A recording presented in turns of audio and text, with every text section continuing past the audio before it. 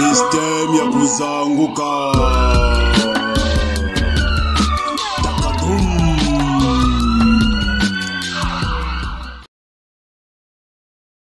Mes très chers frères, mes très chères sœurs, chers Mpangi, chers Kuzangukistes, vous qui êtes les adeptes du système Yakuzanguka.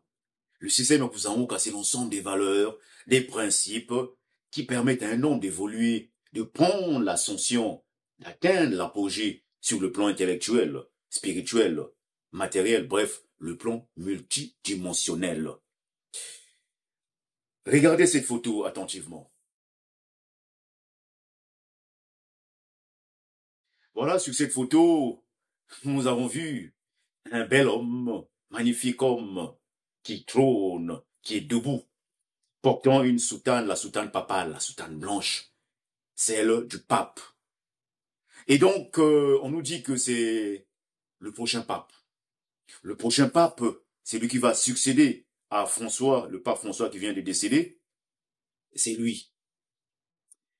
Chers frères, chères sœurs, avant d'en parler, je vais d'abord vous inviter à vous abonner sur cette chaîne, à mettre le pouce en haut, à aimer, liker, à partager mes vidéos que vous trouverez nécessaires ou importantes, sans oublier d'activer les notifications. J'insiste dessus parce que j'ai subi une censure ces derniers temps, où mes vidéos ne sont plus partagées, ou plutôt les notifications ne sont plus données à mes abonnés.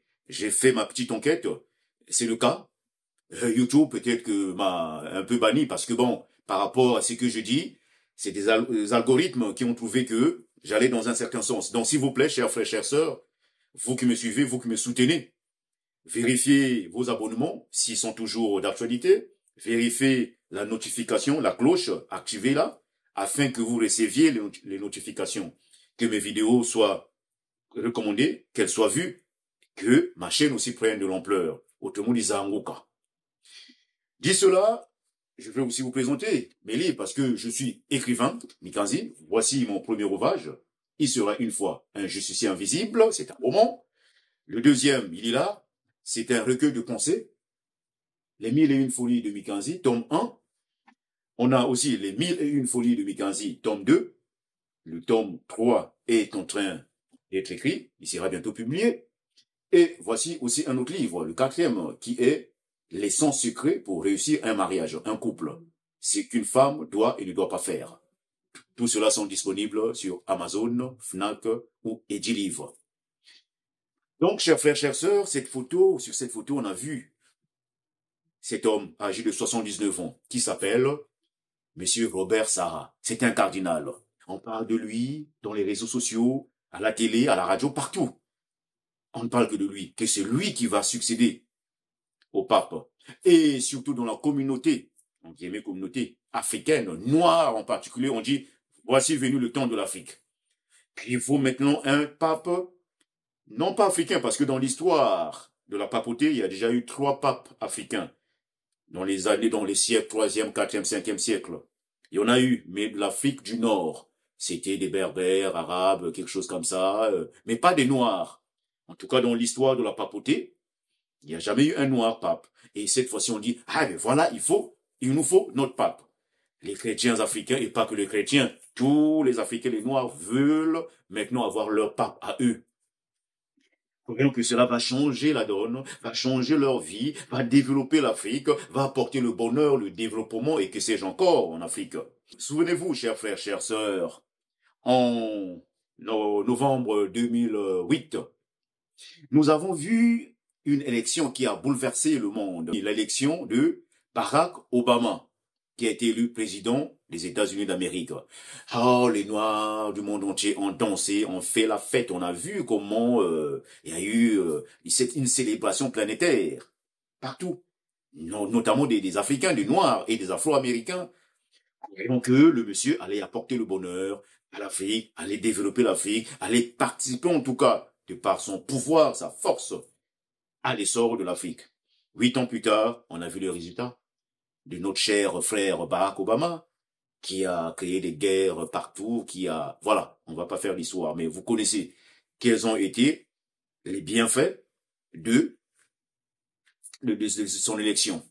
Et aujourd'hui, on revient maintenant, comme c'est dans l'ère du temps, dans l'ère du wokisme, voilà, de changement. On a eu un pape sud-américain la première fois, et maintenant on dit que c'est le temps, il faut un pape africain.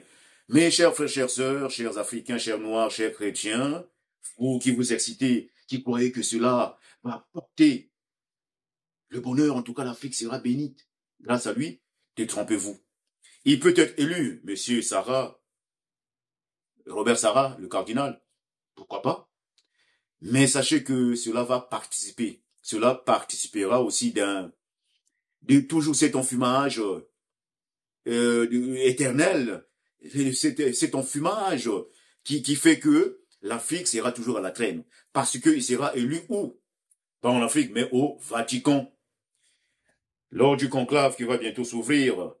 Et là, soit dit en passant, le Saint-Esprit va descendre. Il n'y a jamais eu l'once d'aucun Saint-Esprit dans la chapelle Sixtine lorsqu'on élit le pape.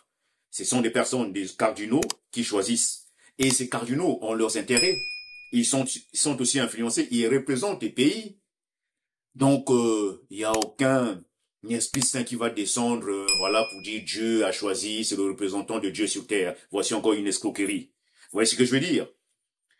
Donc, s'il est élu, en tout cas, on sait déjà qui sera. Parce que c'est de la politique. C'est un État, c'est la politique, donc on sait déjà.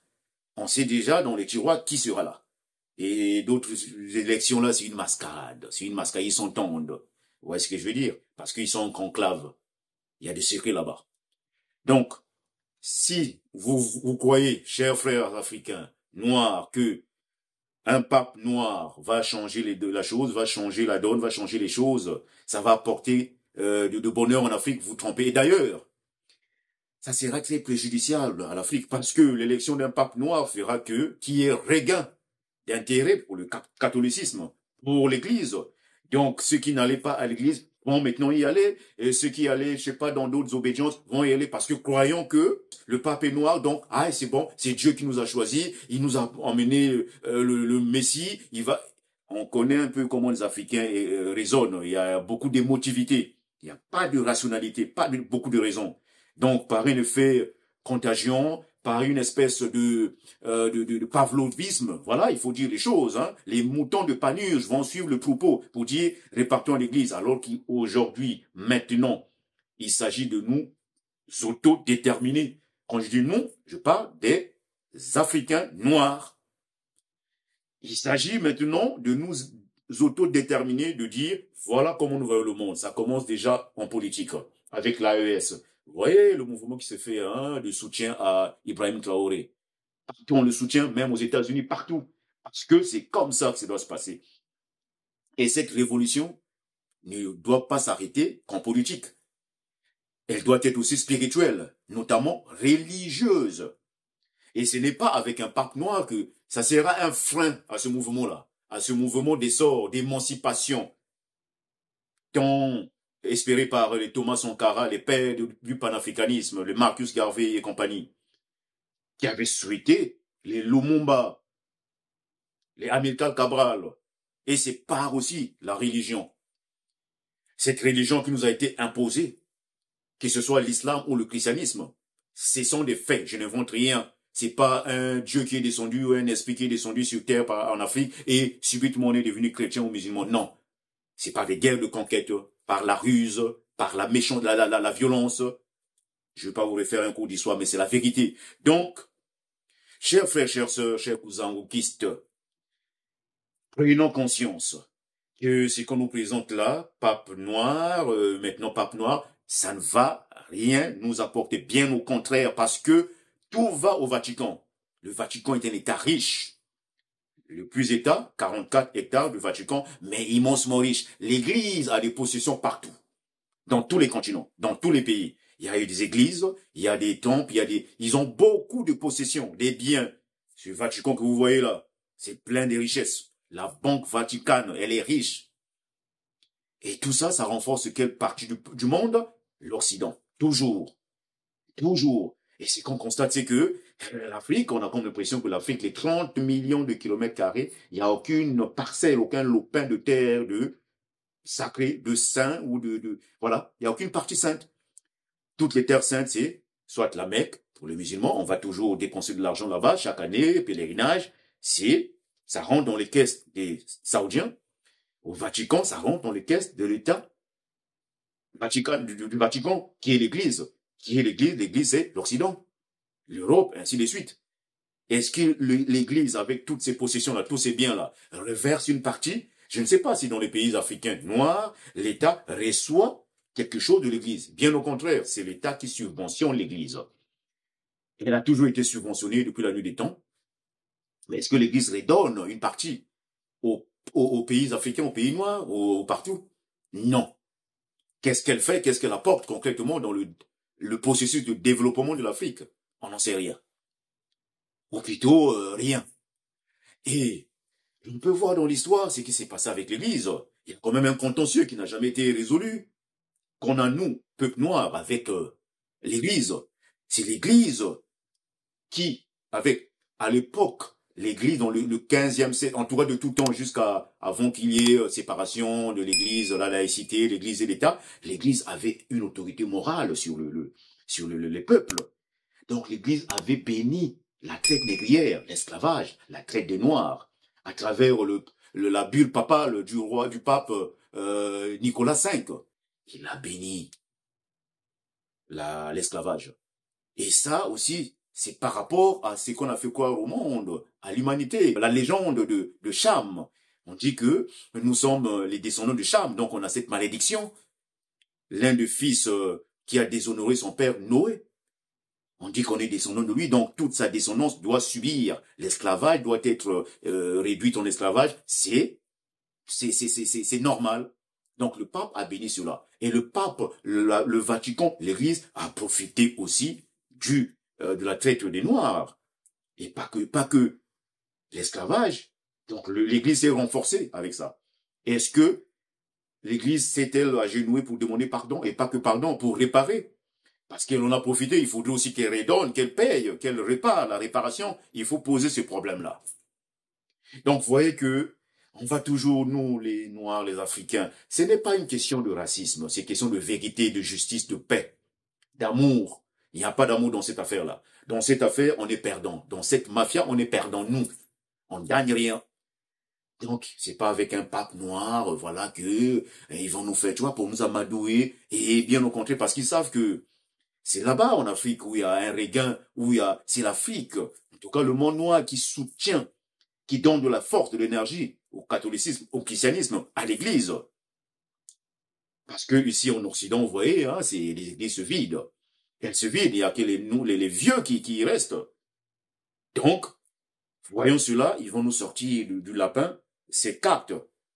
Nous sortir du chapeau plutôt, cette carte, du pape noir.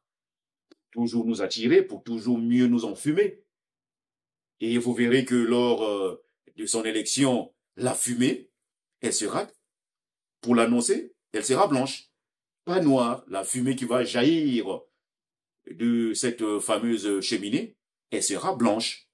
Et elle va toujours nous enfumer, nous, les Noirs, nous, les Africains. Et dans enfumer, là, vous pouvez enlever les lettres F et M de enfumer pour les remplacer par les lettres C et L. Ça va marcher. Enfumer, enlever F, M, hein, vous avez compris, mettez C, L, vous comprenez. Et sans lubrifiant, bien profond. Et on sera toujours là, à nous agenouiller, Dieu, prière, tout ça. Alors que maintenant, il s'agit vous voyez ce qui se passe dans l'AES, l'Alliance des États du Sahel. La révolution doit commencer. Elle n'est pas que politique, elle n'est pas qu'économique, elle n'est pas que sociale, elle est aussi spirituelle, religieuse notamment.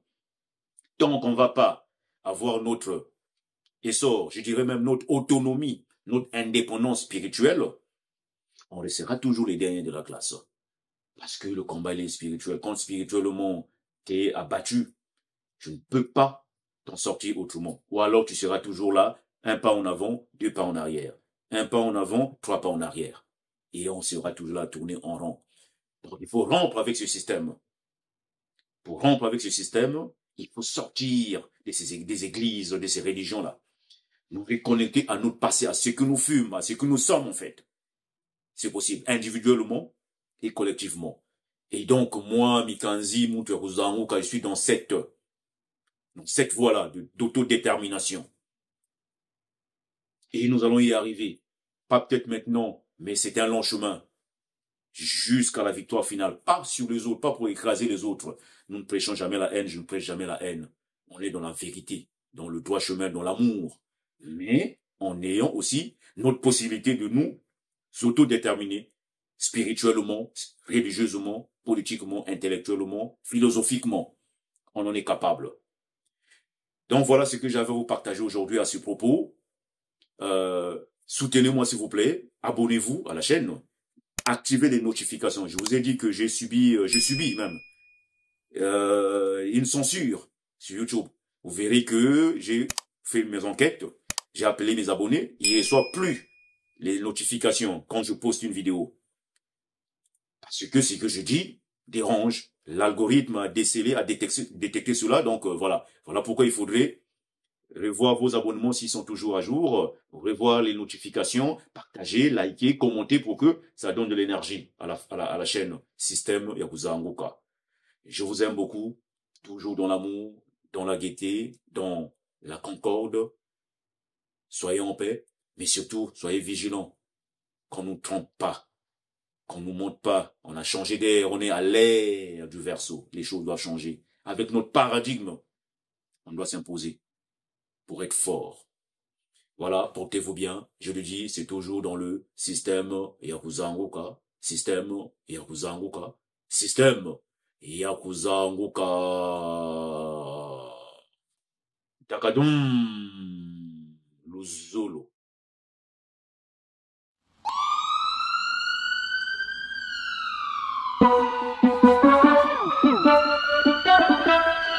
Système Yakuza Angoka.